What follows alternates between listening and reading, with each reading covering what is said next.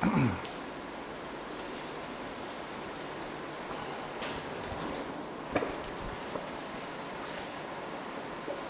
you're ready. All right. Jeff, nice to have you at Gran Pacifica, man. It's great to be back. It's been, I think, 7 or 8 years. Right. You said 2018 maybe you were here? Something like that. Yeah. And you've seen a big change. Huge, yeah.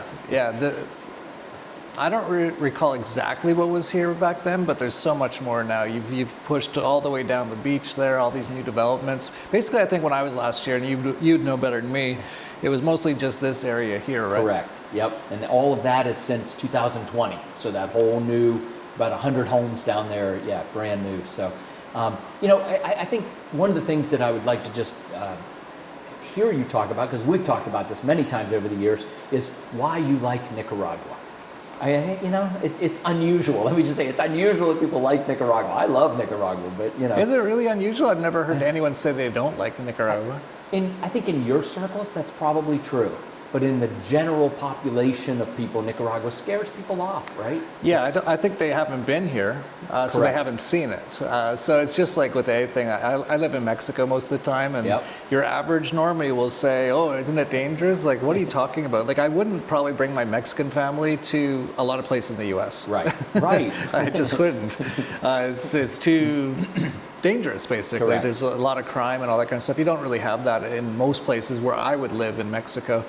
And very similar, I think, here in Nicaragua. I think Nicaragua is so much less known than even Mexico. Right. And I think your average person probably just remembers it from the Iran-Contra scandal or something. Exactly, yes. Which was its own total issue.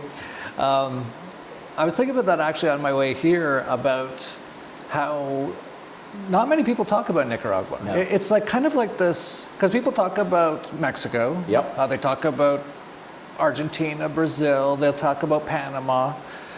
People in my circles will talk about El Salvador because of what they're doing with Bitcoin. Yep.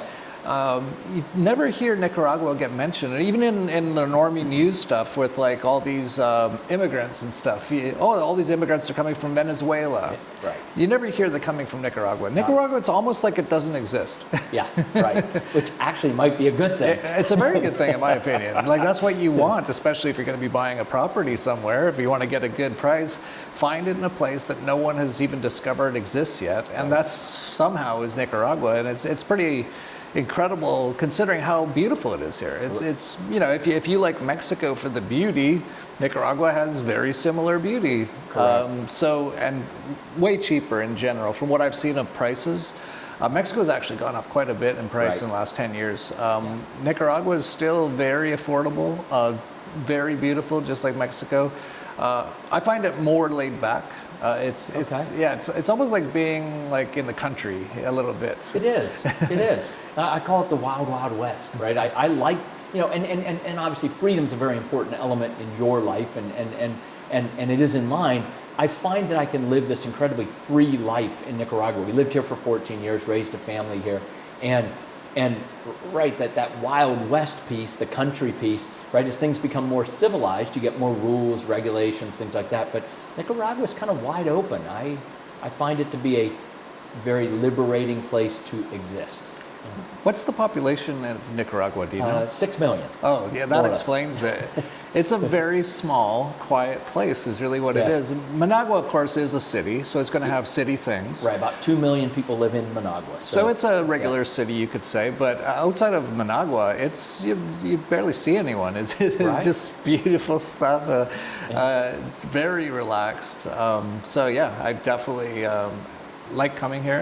I love coming to the place here. I love seeing the growth here. It's really nice here with what you've got too, because as I just mentioned, there's no one here. It's amazing because it's so beautiful, but no one's here. But if you do want to be around people, that you can come to Gran Pacifica, and you've got people from all over the world here. Usually pretty freedom-minded, usually pretty relaxed as well. Very freedom-minded, right? Yeah. And certainly with the spirit of adventure. What we find is that even if freedom doesn't consciously, exist in what they're thinking about, a spirit of adventure does. Right, people who are adventurous come here, and that's a wonderful group of people to be with because, gosh, they're exciting, they're fun, they've done great things all over the world in many cases, and it's interesting to see them settling here. one of the things I just want to thank you for is the opportunity to speak at your conferences over the years. You've done a great, I think, a great service to your listeners, your readers, your video watchers, who have decided to own here. And I think there's about 40 of them that have decided to call Gran Pacifica home. And I want to thank you for that. It's a really wonderful honor to be able to serve the folks who that you recommend to come here.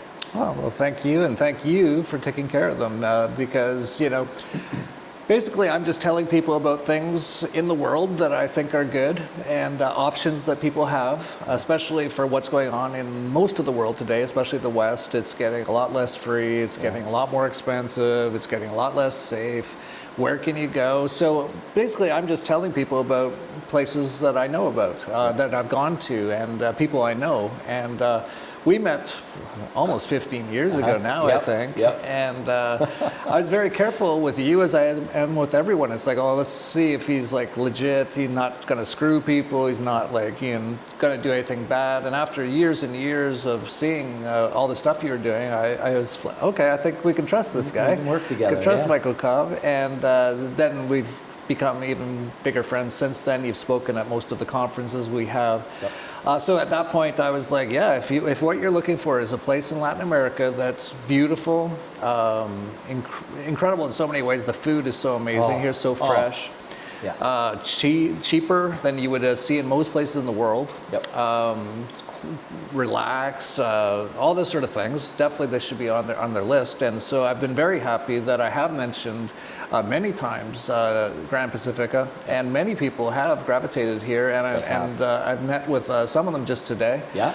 And they're so happy they're here. So very happy it all worked out. It's like a win-win-win for everybody. It is. And you're going to meet a bunch more, a lot of the residents here on Friday night, big Caballo Bayo dinner, and I think there'll be 20, 25 folks that are really looking forward to seeing you. And really, thanks for coming down, Jeff. Thanks for all you do to get the good word out and make sure people are pressing about where things are headed.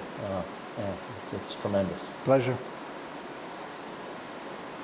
Thank Good. you. Yep.